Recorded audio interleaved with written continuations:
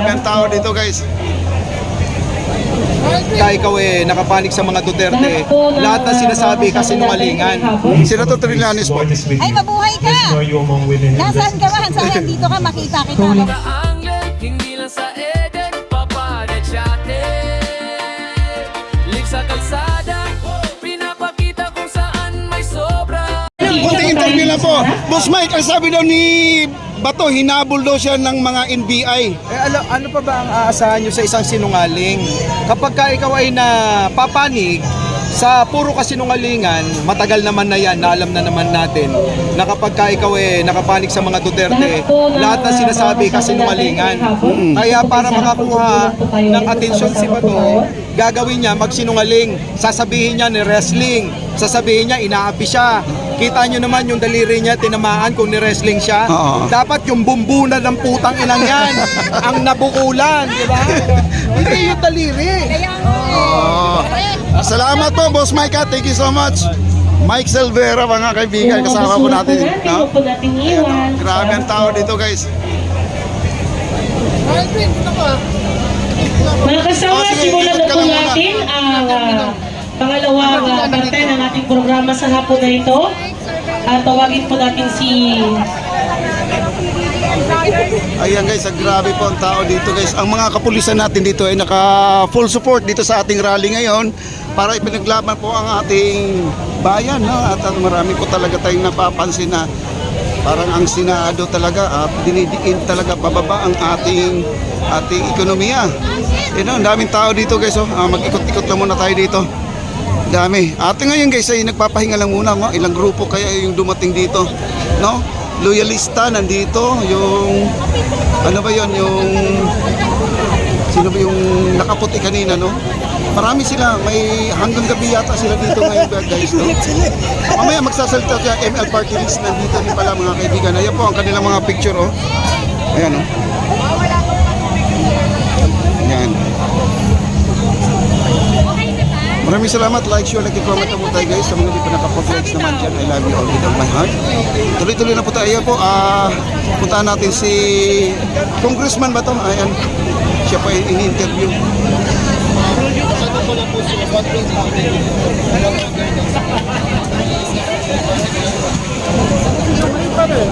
Ako naman naniniwala, pagdamat sa ngayon, siyempre ang pananawis, hindi magbabago yung Senate, new Senate leadership. But I still believe that merong mga dyan sa aking political na analysis ay fence-sitters, kumikitna. At pagamat hindi sila makikinig siguro sa kanilang konsyensya o kaya sa political pressure, baka naman makinig sila sa tao. Because at the end of the day, they're also politicians. Pinakamalakas na mandato ay nanggagaling sa mga botante. So kung ang karamihan ng mga botante ay naniniwala doon sa proseso ng impeachment at naniniwala sila na may batayan na makonvict si Sara Duterte, then yun sana yung marinig at maunawa o maintindihan ng ating mga senador para hindi naman dahil lang sa politika. Mga kasama ngayon po ay ating na paniniwala, no? ating na pong sisimulan ang mataimtim ng pagdadasal ng Banal na Rosario ng pangungunahan po ni Kiko Aquino. May prayer dito guys. Kita nyo naman itong rally na ito, napaka-peaceful. So may mga rosaryo dyan, sabayan niyo po kami sa pagdadasal. Magdasal po tayo para sa pananagutan at ikakaayos po ng ating bansa.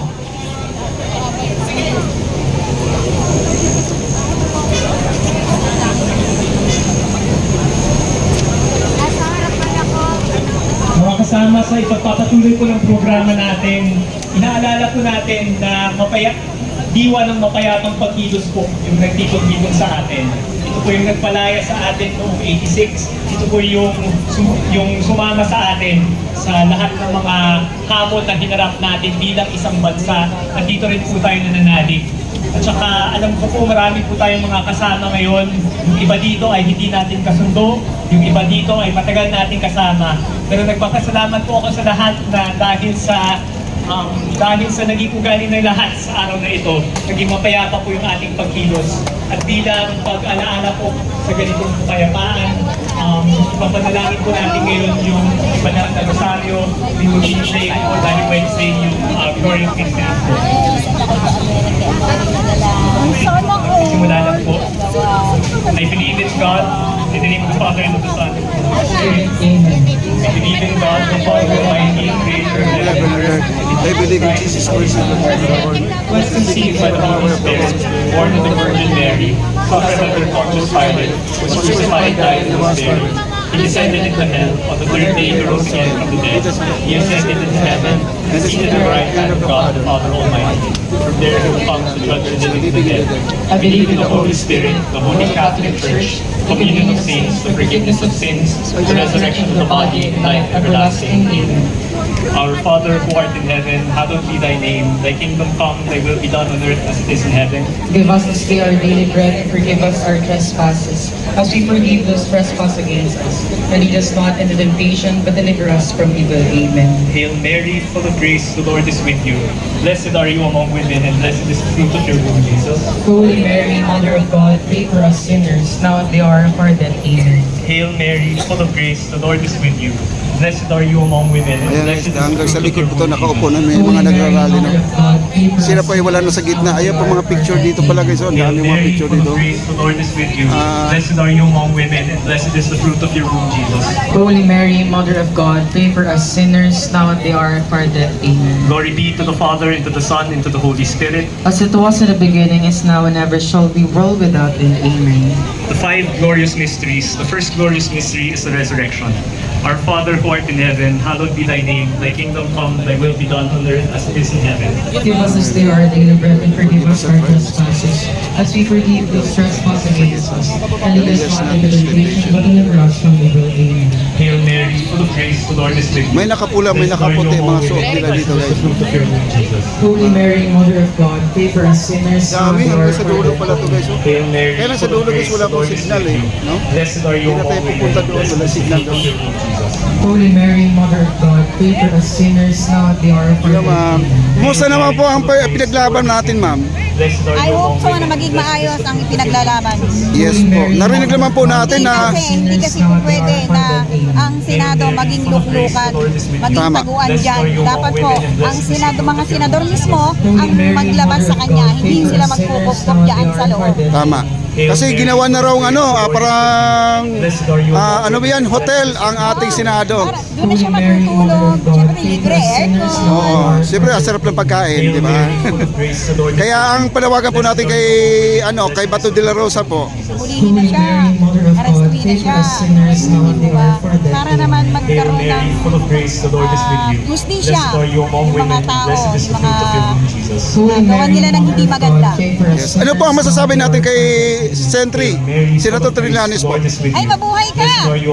Nasaan ka man? Saan dito ka? Makita kita, mabuhay ka. Salamat sa iyong pakikipag-isa, taong bayan. Yan. Nagising na po ang mga taong bayan na si Senator Trillanes pala ang sasagot sa mga problema sa mga nuknukan ngayon sa Senado, no? Napakatapang niya. Yes. Matapang siya. Sabi nga nila eh. Pwede na maging DILG.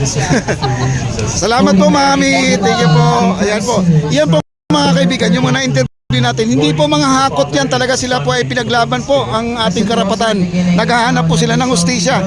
Yung ibang mga na-interview natin sa mga ibang rally ay ayaw po magpapa-interview. Kasi meron po tayong napapansin doon, parang hindi po alam ang pinaglalaban. Ito sila ay alam po, no? At tayo ay shooting star dito nag-interview. Kahit sino dito ang kakausapin natin, alam po nila ang kanilang isasagot.